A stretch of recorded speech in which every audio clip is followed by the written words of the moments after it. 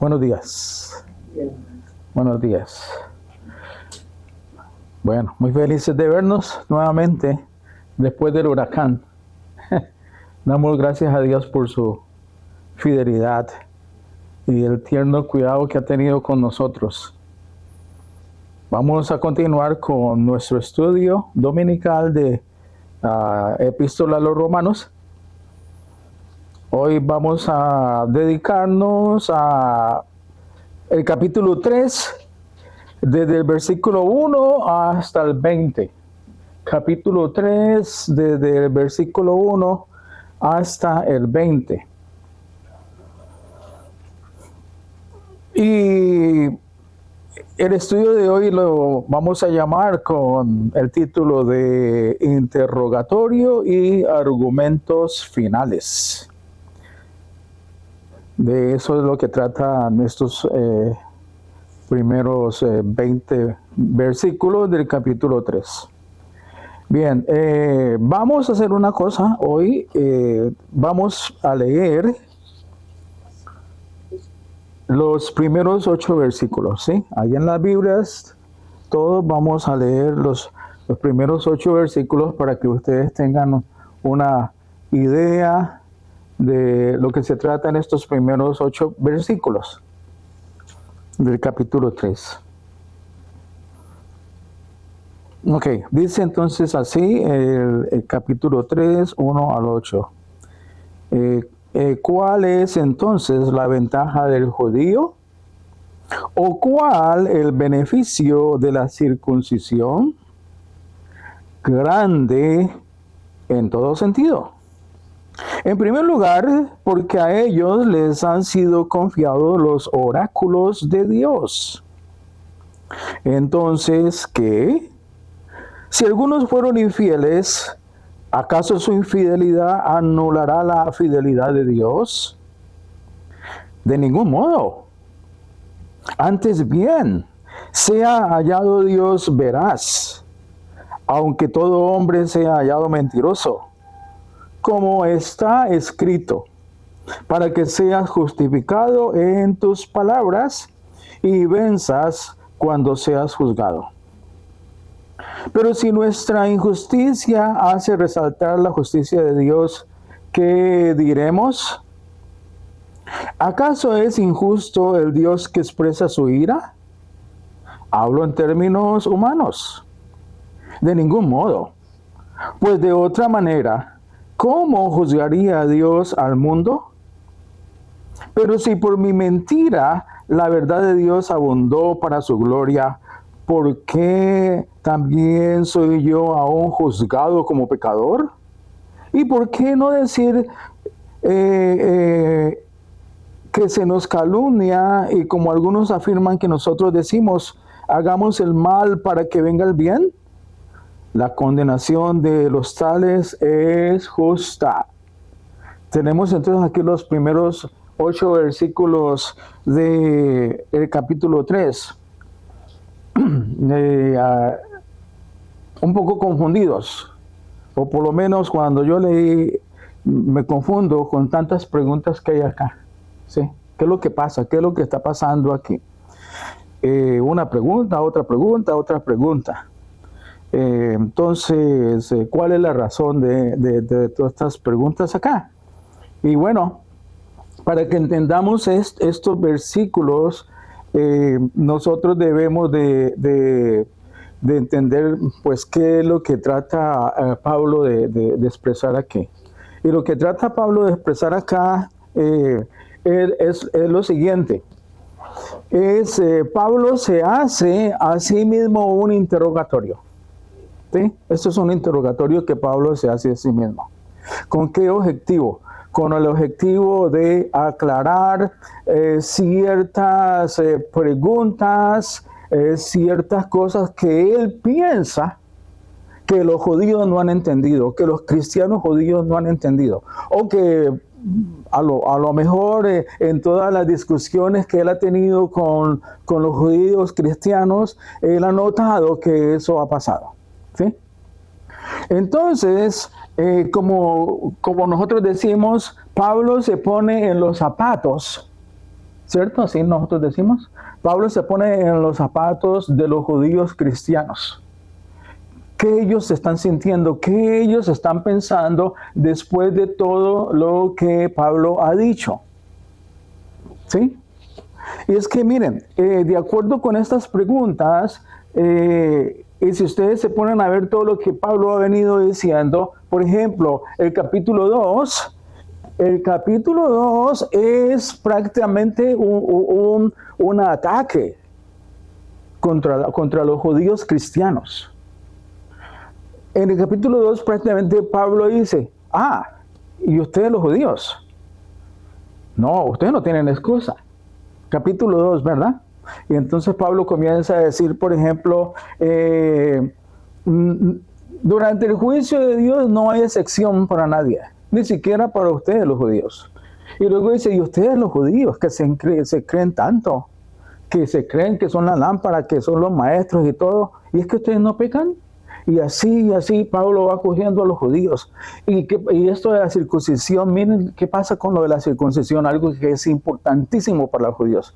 Entonces, la idea es que aquí, en estos versículos, Pablo va como a responder y aclarar una serie de cosas a los judíos, porque los judíos están frustrados. Después de todo lo que Pablo les ha dicho en contra de sus pensamientos, indudablemente, yo también lo pienso así, lo creo así, los judíos cristianos que estaban ahí en la iglesia de Roma, estos judíos cristianos se deben de sentir muy mal por todo lo que Pablo ha venido diciendo. Y yo lo entiendo perfectamente, porque en este capítulo 2, Pablo prácticamente destroza todos los ritos de los judíos. Pablo es muy fuerte con los judíos. Y claro, los judíos van a reaccionar. Y la reacción que los judíos van a tener es una reacción de frustración. Una reacción de ira, de enojo. Porque Pablo les ha dicho que la religión judía no sirve y que todos ellos están bajo condena. Entonces, eso es muy humano. Y le puede pasar no solamente a los judíos, sino a cualquier persona. Una persona que ha venido por muchos y muchos años dedicados a ciertos ritos, a ciertas cosas, que ha dedicado su vida a esto y a aquello, y después de 30 años alguien le dice, eso que has hecho no te sirve para nada. ¿Cómo te sientes? Frustrado, ¿cierto? Negativo, esto no sirve para nada, ok. O me olvido de estas cosas, ¿sí? Eso es lo que Pablo sabiamente sintió en los judíos cristianos. Y por eso estos 8 versículos él dedica como a tratar de convencer a los judíos, no pierdan su ánimo. No, todo lo que se ha hecho no es en vano. No pierdan su ánimo, sigan. Esa es la idea de esos primeros 8 versículos, ¿sí? Por ejemplo, miren ustedes el versículo número 1. El versículo número 1 dice, entonces, ¿qué se gana con ser judío?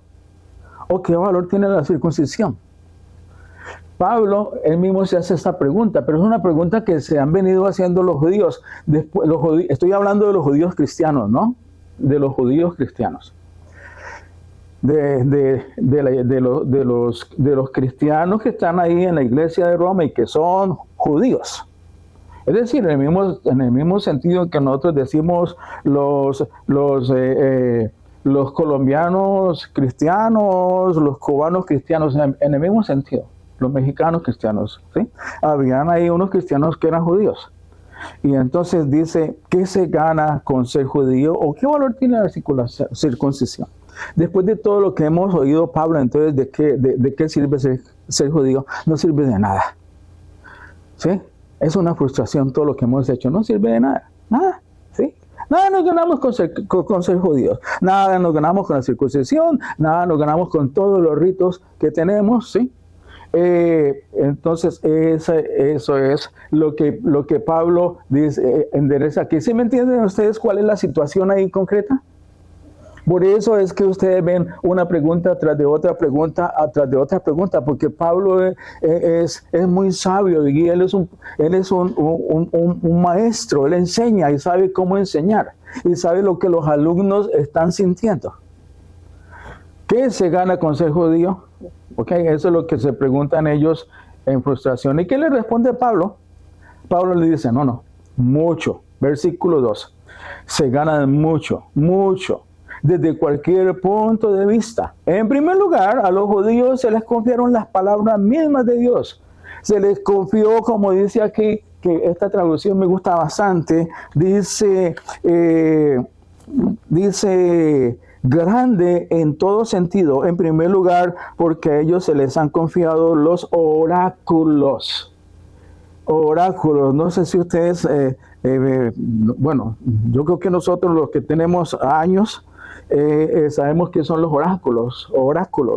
Y para nosotros los oráculos es como conocimientos, como libros que son como de mucho poder, como algo misterioso también, pero de mucho poder que cuando uno los abre, sale como algo así, ¿no? ¿Sí? Esos son los oráculos. Es decir, a los judíos se les ha confiado, como dice aquí en la otra traducción, las mismas palabras de Dios. Las mismas palabras de Dios. ¿Qué quiere decir eso, las mismas palabras de Dios? Quiere decir que este libro son las mismas palabras de Dios, ¿sí? Que este libro no es cualquier libro, que este libro es la inspiración, que quienes escribieron este libro fueron inspirados por el Espíritu Santo y escribieron lo que el Espíritu Santo les dictó, que son las palabras mismísimas de Dios. La revelación, la inspiración, la doctrina de la inspiración, ¿sí? Por eso se dice que nosotros los evangélicos tenemos que ser el pueblo de un libro. Este es nuestro libro, ¿sí? Entonces eso se llama las mismísimas palabras de Dios se les encomendó a los judíos. ¡Qué privilegio tan grande! Es el privilegio más grande que podían tener los judíos, y Pablo les dice muy claro, en primer lugar, a los judíos se les confiaron la palabra misma de Dios. Tal vez Pablo más adelante, no sé, dice en primer lugar, y es lo único que dice, no, luego no dice qué otras cosas, ¿sí? Entonces, tiene importancia ser judío. Hay algunas ventajas de ser judío, ¿sí? Pero esto de ser judío no significa que haya... el hecho de ser judío no significa que el judío vaya a ser eximido de ninguna de las normas de justicia de Dios, que ese era el problema, ¿sí? Los judíos se creían que como ellos eran el pueblo de Dios, entonces ellos no iban a ser juzgados, ellos no iban a ser condenados. Y eso venía a una tradición desde muchos años. Y Pablo dice, no. En Romanos 2, creo que el versículo 11 dice, no, en el juicio no hay excepciones. Todo el mundo va al juicio, ¿sí? Entonces, eso es normal. Para todo el mundo, inclusive a uno como profesor le dice, mira, no dejes que tus alumnos sean como muy amigos tuyos, ¿sí? No trates de ser tan amigo de tus alumnos, porque más adelante ellos ya no quieren hacer nada, porque se creen con privilegios. Sí, exactamente. Eso pasa. Cuando uno tiene alumnos que son como más cercanos a uno, entonces ellos ya se sienten con privilegios y ya no quieren hacer nada. Entonces eso es una reacción humana. Miren cómo Pablo aquí está pensando acerca de la reacción humana de la gente, ¿no? ¿Sí? Pablo definitivamente es increíble. Ok, ese es entonces las palabras mismas de Dios. Luego, el judío cristiano pensará que Dios no cumplió sus promesas. Porque si le prometió desde antes que iba para el cielo y que era privilegiado, ¿por qué Pablo ahora está diciendo que no? Entonces no cumplió con sus promesas. Versículo 3, pero entonces si algunos no creyeron, ¿Acaso su incredulidad anula la fidelidad de Dios? De ninguna manera. Dios es siempre veraz, aunque el hombre sea mentiroso. ¿Sí? Es decir, los judíos pensaron que toda esta frustración, dice, hombre, tanto que hemos hecho y al final Dios no nos ayudó. Dios no nos guió, Dios fue infiel con nosotros. Pablo dice, no, de ninguna manera. De ninguna manera. Dios es siempre veraz, aunque el hombre sea mentiroso. Y la Escritura luego lo está demostrando en el Antiguo Testamento cómo los judíos fueron infieles y Dios permaneció. Fueron infieles y Dios. Hay cantidades de ejemplos en la Biblia, en el Antiguo Testamento, donde se ve, por ejemplo, cuando hicieron el becerro de oro, ¿sí? Cuando quisieron tener sus propios jueces, sus propios reyes. ¿Qué hizo el Señor? Estuvo ahí con ellos. Si quieres eso, bueno, pues Dios es tan paciente, ¿verdad? Es eso. Entonces no es que Dios haya sido infiel. Luego dice, el judío cristiano puede decir que nuestra injusticia es necesaria para que se revele la justicia de Dios. Luego Dios nos castiga. ¿No es esto injusto? Eso estaban pensando los judíos. ¿Cómo así? Nosotros somos el pueblo de Dios, está bien. Nuestra injusticia como pueblo de Dios, entonces hay muchos que son injustos. Y a pesar de que nosotros los judíos somos injustos y mediante esa injusticia Dios va a revelar su justicia, ¿cómo es posible que nos condene? Como se diría en otras palabras, oye, pero si estamos trabajando en equipo, ¿qué pasa? ¿Sí? Estamos trabajando en equipo, luego tú me vas a juzgar. ¿Qué es eso?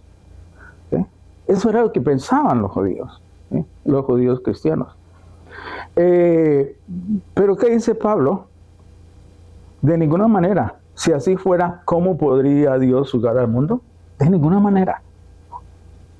Si eso fuera así, Dios no podría juzgar al mundo. Claro, es muy sencillo. Si eso fuera así, entonces Dios no juzgaría a los judíos, sino que juzgaría a los demás. Y si Dios no juzga a los judíos y juzga a los demás, Dios no es un Dios de todos. Dios no es un Dios para todo el mundo, ¿sí? Sino que es solamente el Dios de los judíos. Y los demás, entonces según esa lógica, Dios no podría entrar a juzgar al resto del mundo. ¿Sí? Entonces por eso es que Pablo dice, ¿cómo podría Dios juzgar al mundo? No podría Dios juzgar al mundo. Porque Dios tiene que ser además un Dios justo y absoluto. Otra pregunta más, entonces viene aquí, alguien podría objetar. Miren que Pablo dice, ok. Alguien podría objetar, alguien podría hacerme esta otra pregunta, ¿no? ¿Sí? Si mi mentira destaca la verdad de Dios y así aumenta su gloria, ¿por qué todavía me juzga como pecador? Al versículo 7. Mi mentira destaca la verdad de Dios, entonces aumenta su gloria. Según esta lógica, entre yo más mienta, más Dios va a tener misericordia de mí. ¿Sí? Entonces sigamos mintiendo. Esa es la lógica. Sigamos mintiendo. Ahora, todas estas preguntas las están haciendo los judíos cristianos que están desilusionados, frustrados, ¿sí? que asumen una actitud negativa. Y eso nos pasa mucho. ¿Sí? Yo personalmente muchas veces ante cierto problema asumo una actitud negativa. ¿Sí? Y una de las cosas que yo hago es, ok, no quiero saber más de esto. Ya. Capítulo cerrado. ¿Sí? Entonces, es lo mismo acá. Ellos tienen una actitud negativa. Y además de tener una actitud negativa, también están tratando de ver de qué manera encuentran en Pablo algo que se contradice, que Pablo se contradice en todos sus argumentos. Y si ellos logran demostrar que Pablo se contradice, entonces ¿qué pasa? Le van a decir, Pablo, te estás contradiciendo, tu doctrina no es correcta. ¿Sí? Es eso.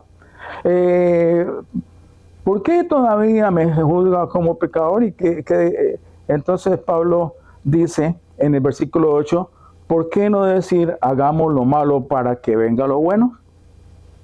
Así nos calumnian algunos, asegurando que eso es lo que enseñamos. Pero bien merecida se tiene la condenación. Aquí Pablo muestra claramente uno de los grandes problemas que él tenía, y era que él decía una cosa y luego se la malentendían o decía, sí, la tergiversaban, ¿sí? Y Pablo, pues, yo nunca he dicho eso. Ahora, eso es normal en estos días, por ejemplo, ¿ya? Normal. Si ustedes han seguido los debates políticos de los candidatos, el uno dice, pero tú tal cosa, pero yo no he dicho eso. Pero yo no he dicho eso. ¿Sí? Son ataques. Lo mismo acá. Pablo dice, nos están calumniando. Algunos aseguran que eso es lo que enseñamos. Ahora, ¿cuál es la reacción de Pablo frente a este argumento de hagamos lo malo para que venga lo bueno? Pablo, miren que el único argumento que ni siquiera hay un argumento acá. Lo que dice Pablo es, pues, a estas personas que dicen que hagamos lo malo para que venga lo bueno, lo único que yo les voy a responder es que bien merecida tienen su condenación. Listo. Porque es un argumento que para Pablo es terrible. Es un argumento repugnante. Para los mismos judíos cristianos es un argumento repugnante. Entonces, ante esta clase de argumentos, Pablo no dice nada, porque es que ni siquiera vale la pena responder un argumento de esto, ¿sí? Y entre otras cosas, esto de que hagamos lo malo para que venga lo bueno es lo que nosotros hoy en día llamamos con el nombre de que el fin justifica los medios, ¿sí? El fin justifica los medios. Esto es una doctrina de Nicolás Maquiavelo, un filósofo o un político italiano, que él su doctrina decía lo importante, y es una doctrina de todos los políticos. Lo importante es llegar a ser presidente, o lo importante es llegar a senador, no importa cómo tú lo hagas, pero llegaste allá, ¿sí? Entonces, esa doctrina, ese argumento es detestable, ¿sí? Y Pablo no. Miren, muy sabiamente, él solamente dice, muy merecida tienes tú. Entonces, hemos visto los primeros 8 versículos ahí, ¿sí? Esos 8 versículos luego terminan en el versículo 9, que dice, el mismo Pablo dice, ¿a qué conclusión llegamos? Versículo 9 dice, ¿a qué conclusión llegamos?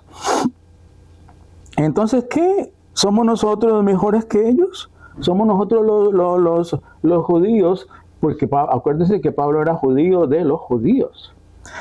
¿Somos nosotros los judíos mejores que los gentiles? De ninguna manera. Porque ya hemos denunciado que tanto judíos como griegos están todos bajo pecado. Ese es el versículo 9. Los judíos están bajo el pecado. Y Pablo dice en conclusión, ¿sí? Todos están bajo pecado. Aquí entonces Pablo concluye con todos los argumentos que venía él sosteniendo. La conclusión es, estamos todos bajo el pecado. Estamos todos bajo el pecado. Esa es la conclusión que el mismo Pablo saca. Y que comenzó a él a argumentar desde el capítulo 1, versículo 18, hasta ahora, ¿sí? Estamos todos bajo el pecado. Ahora, cuando él dice están bajo el pecado, estamos bajo el pecado, esto en teología es un término judicial, ¿sí? Es igual que cuando alguien llega a la casa y la policía toca la puerta. ¿Está fulanito? ¿Está Fernando? Sí, ahí está. Fernando, venga. ¿Usted Fernando? Está bajo arresto. ¿Sí? Está bajo arresto. ¿Verdad que así le dice la policía a la persona? Está bajo arresto. ¿Qué es eso, estar bajo arresto? Es un término judicial. Algo has hecho y está tan grave que tenemos que arrestarte. Estás bajo arresto. Estás bajo pecado. Es algo judicial. Esta es una situación judicial. Y, por lo tanto, estamos ante el juez del mundo, quien declara que todos estamos bajo arresto o bajo el pecado. El juez del mundo declara judicialmente están bajo pecado. El pecado, todos. ¿Sí? Ya Pablo concluye ahí, no son solamente los gentiles, ¿no? Son también todos. El juez entonces va a dar la sentencia con base a esa evidencia. ¿Cuál es la evidencia que tiene el juez en la mano? Estamos bajo el pecado. Esa es la evidencia, y de acuerdo con esa evidencia va a hacer una sentencia. Ya ustedes se imaginan cuál va a ser la sentencia, ¿sí? Y esa sentencia es para todo el mundo. Para todo el mundo. Está claro. Entonces, en una exposición tan brillante, tan profunda, Pablo expone aquí todo lo que es la doctrina de la pecaminosidad universal. Pecaminosidad universal, llamémoslo así por el momento, pecaminosidad universal. El argumento iniciado por Pablo en el capítulo 1, versículo 18, llega ahora a una conclusión y se confirma con las citas del Antiguo Testamento, que rastrean la manifestación del pecado, su raíz y su causa última.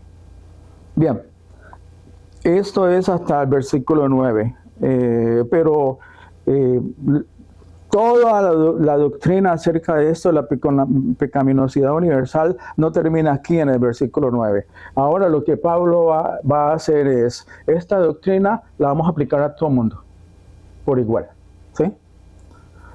Hay un pecado y vamos a ver cuál es la consecuencia del pecado para todo el mundo.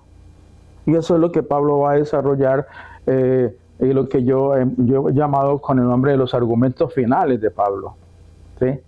Veamos entonces luego los otros versículos. Vamos a leerlos desde el versículo 9 hasta el versículo 20, ¿sí? Vamos a leer todo esto de seguido para que tengamos una idea general. Dice así: entonces, ¿qué? ¿Somos nosotros mejores que ellos? De ninguna manera, porque ya hemos denunciado que tanto judíos como griegos están todos bajo pecado, como está escrito. Hago un paréntesis aquí. Cuando Pablo dice como está escrito, estas palabras como está escrito son de muy grande importancia para los judíos, para los cristianos de este tiempo. Porque cuando alguien decía como está escrito, se estaba refiriendo al Antiguo Testamento, que eran los oráculos, ¿sí? Entre otras cosas, tengan en cuenta, hermanos y hermanas, que en este tiempo la Biblia no existía. Y que todos los cristianos se basaban en el Antiguo Testamento. El Nuevo Testamento estaba por escribirse, ¿sí? Entonces, en ese sentido, cuando alguien decía como está escrito, es como decir, está en la fuente sagrada de los oráculos. Está ahí escrito. Y si está en la fuente sagrada de los oráculos, es porque Dios lo dijo. Y bueno, son las palabras mayores de esas, ¿ok? Sigamos. Como está escrito, no hay justo ni aún uno. No hay quien entienda. No hay quien busque a Dios. Todos se han desviado a una. Todos se han desviado a una, se hicieron inútiles. No hay quien haga lo bueno. No hay ni siquiera uno. Sepulcro abierto es su garganta. Engañan de continuo con su lengua. Veneno de serpientes hay bajo sus labios. Llena está su boca de maldición y amargura. Sus pies son veloces para derramar la sangre. Destrucción y miseria hay en sus caminos. Y la senda de paz no han conocido. No hay temor de Dios delante de sus ojos.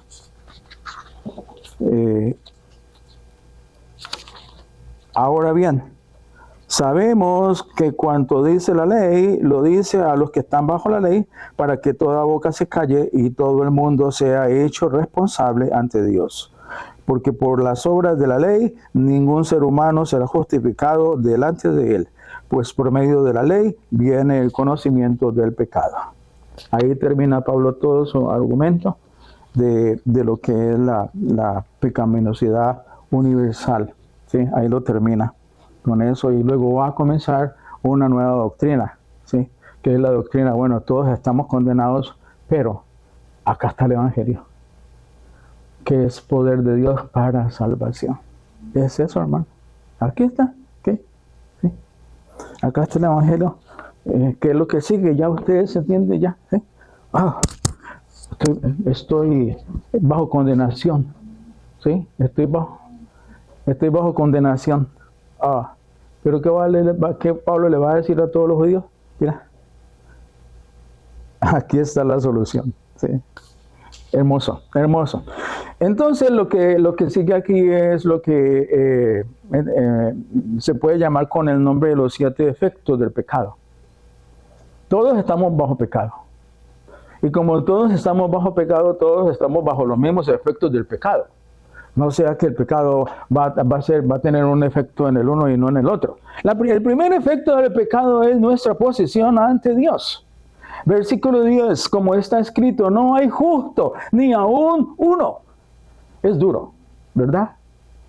No hay justo, ni aún uno. Uy, duras palabras. Ni aún uno.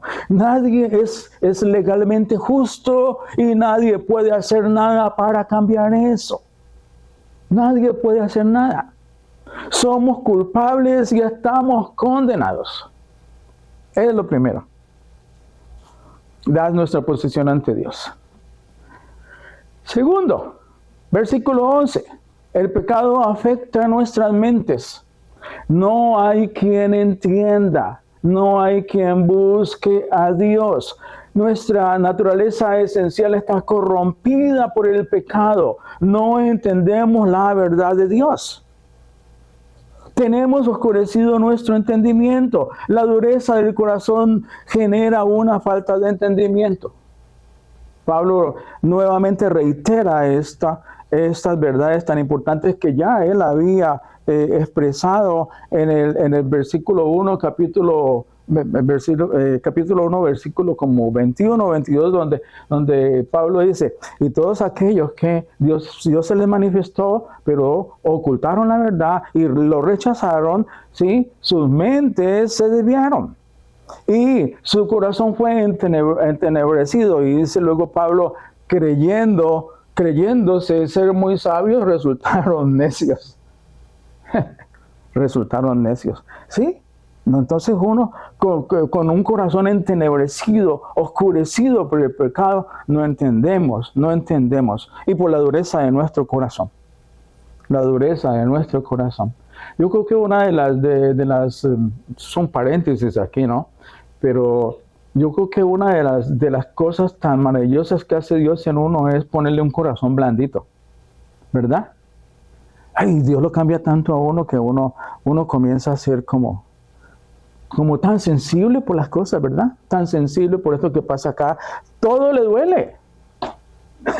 Todo lo que pasa duele, que la guerra por allá y estos niños muertos de hambre. Ay, a veces uno hasta se le salen las lágrimas de ver todo lo que pasa.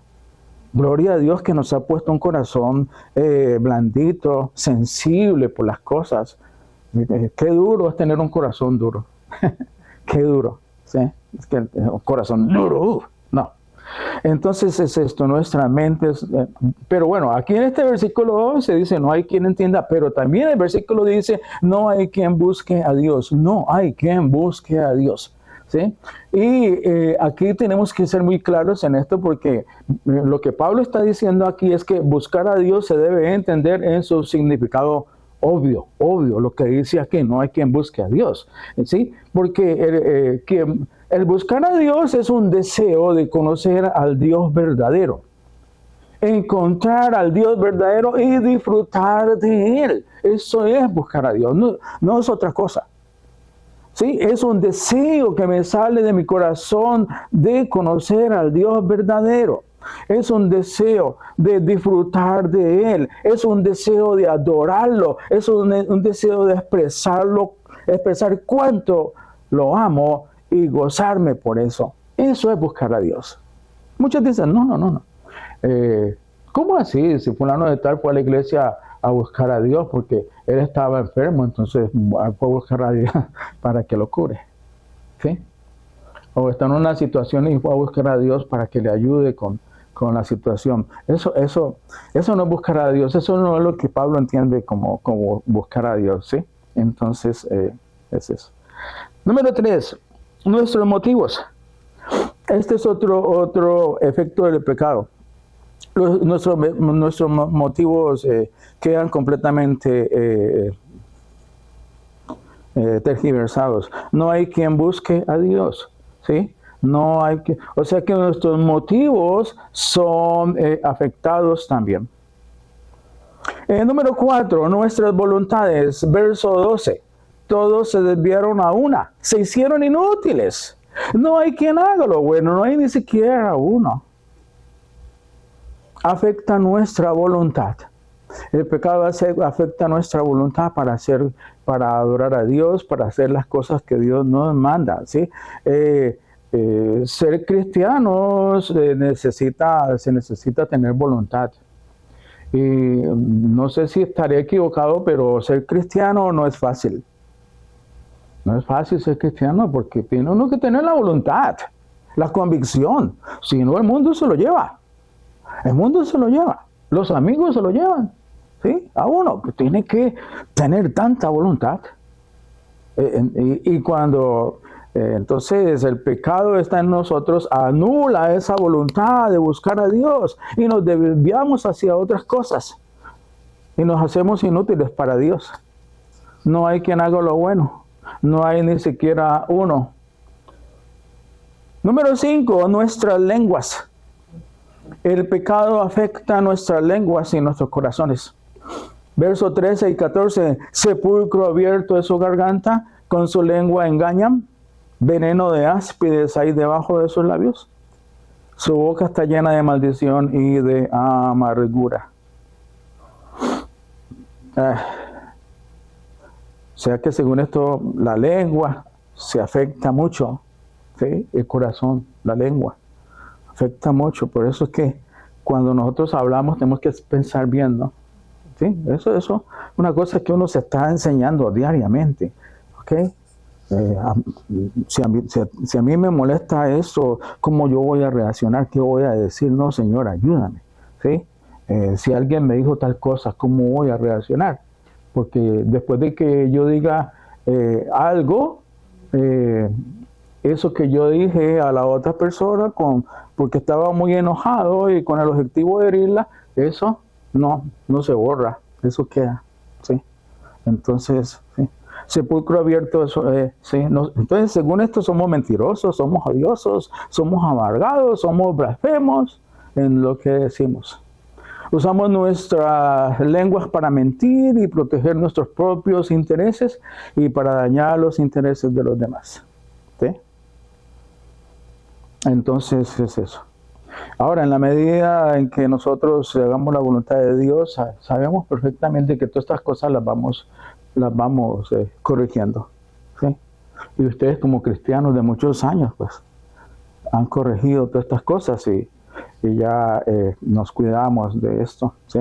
Un paréntesis aquí que me acuerdo de algo. Yo tengo un familiar que él es obsesionado por esto de la contaminación ambiental, por los alimentos, por todas estas cosas, ¿cómo se llama? El calentamiento global. Todo eso es tan apasionado por eso de la contaminación.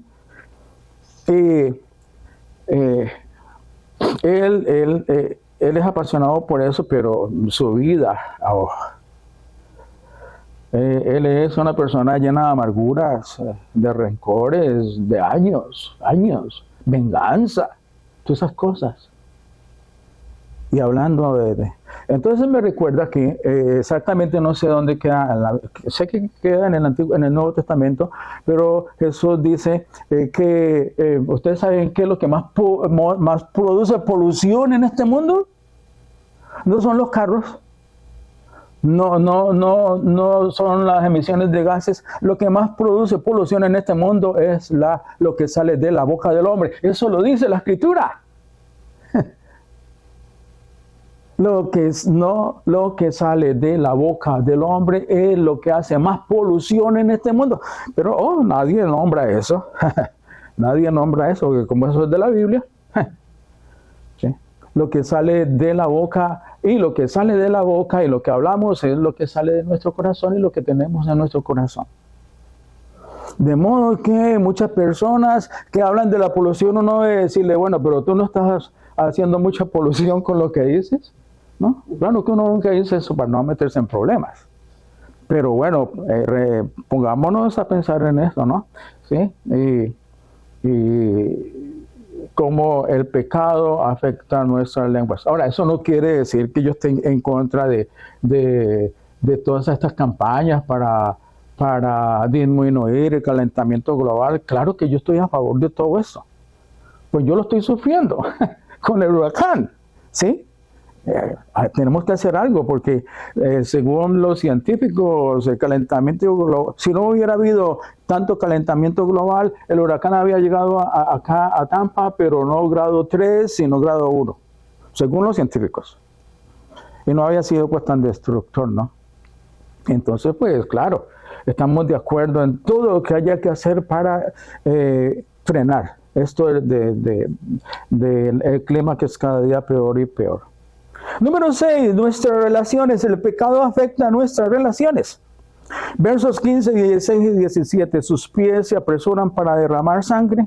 Quebranto y desventura hay en sus caminos y no conocieron camino de paz. Dejamos ruina y miseria en nuestros caminos y no conocemos la senda de paz.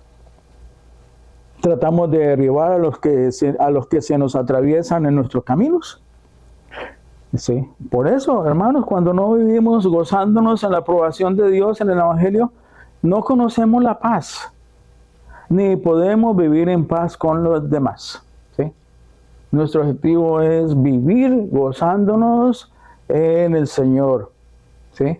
En aprovechar, vivir en paz en Dios y vivir en paz con los demás. Bueno, ese es el número 6. Y el número 7. El número 7.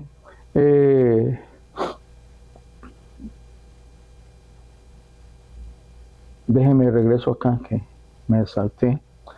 Nuestra relación con Dios es en el versículo. Luego, número 7. Nuestra relación con Dios. Verso 18. No hay temor de Dios delante de sus ojos. No hay temor de Dios delante de sus ojos. La primera vez que yo oía esto del temor de Dios, yo entendí que el temor de Dios era tenerle pánico a Dios. Dios me produce miedo, ¿sí? Pero luego con el tiempo supe que no, al contrario. Ese temor de Dios, que entre otras cosas es tan apreciado en el Antiguo Testamento, ¿sí? Hay muchas citas en el Antiguo Testamento acerca del temor de Dios, y en el Antiguo Testamento el temor de Dios se entiende como la propia actitud ante Dios. Es decir, la propia actitud de nosotros ante Dios es la actitud de temor hacia Él. Pero ese temor hacia Él quiere decir la reverencia a Dios. Es decir, el temor a Dios es que yo estoy frente a Dios. Y para mí Dios es tan grande, tan misericordioso, tan perfecto, que todo eso me da tanto temor, me da tanta reverencia. Eso es el temor de Dios, ¿sí? Ese Dios tan grande, omnipotente, misericordioso, que todo lo sabe, que todo lo comprende y que está frente a mí y yo lo veo, me causa tan grande admiración que es temor, ¿sí? es eso, el temor de Dios. Otra vez, ¿no? Yo soy muy malo para aprenderme el número de los versículos. Creo que Proverbios dice, el principio de la sabiduría es el temor de Dios. El principio de la sabiduría. ¿Quieres ser sabio? No está en los libros, está en tu reverencia ante Dios, en tu actitud ante Dios. Esa es la sabiduría, ahí comienza la sabiduría, no en otras cosas, ¿sí? Porque muchas veces ni siquiera es la sabiduría de las demás personas, por muy respetables que sean. Aquí tenemos entonces, hermanos, los 7 efectos del pecado, ¿sí? Vamos a ver ahora, finalmente, los versículos últimos, que son versículo 19 y el versículo 20. El cual dice: pero sabemos que todo lo que la ley dice, lo dice a los que están bajo la ley, para que toda boca se cierre y todo el mundo quede bajo el juicio de Dios. Ya que por las obras de la ley ningún ser humano será justificado delante de él, porque por medio de la ley es el conocimiento del pecado.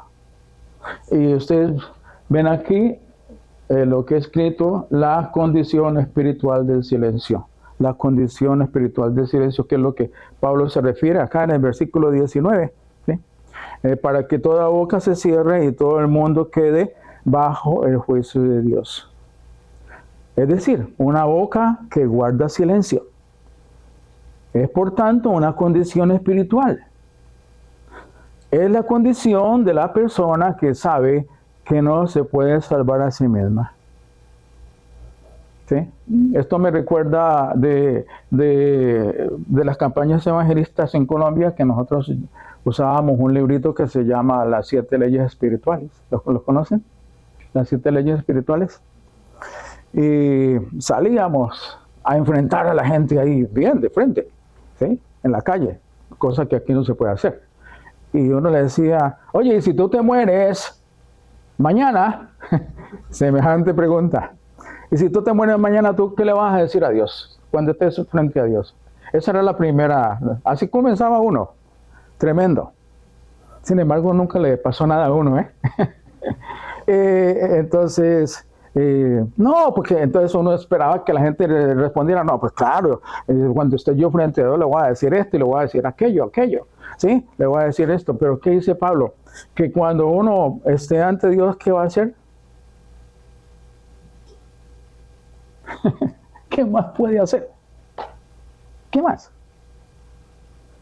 Señor, tu misericordia, tu bondad, espero. No tengo nada más que decir.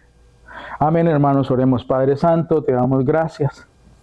Gracias, Padre misericordioso, eterno,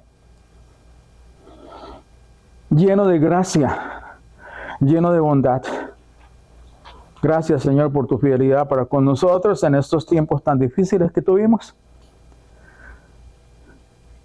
Pero siempre estuvimos confiados en ti. Y teniendo bien en claro que todo lo que pasara, Señor, era por tu voluntad y por tu gracia, Padre Santo.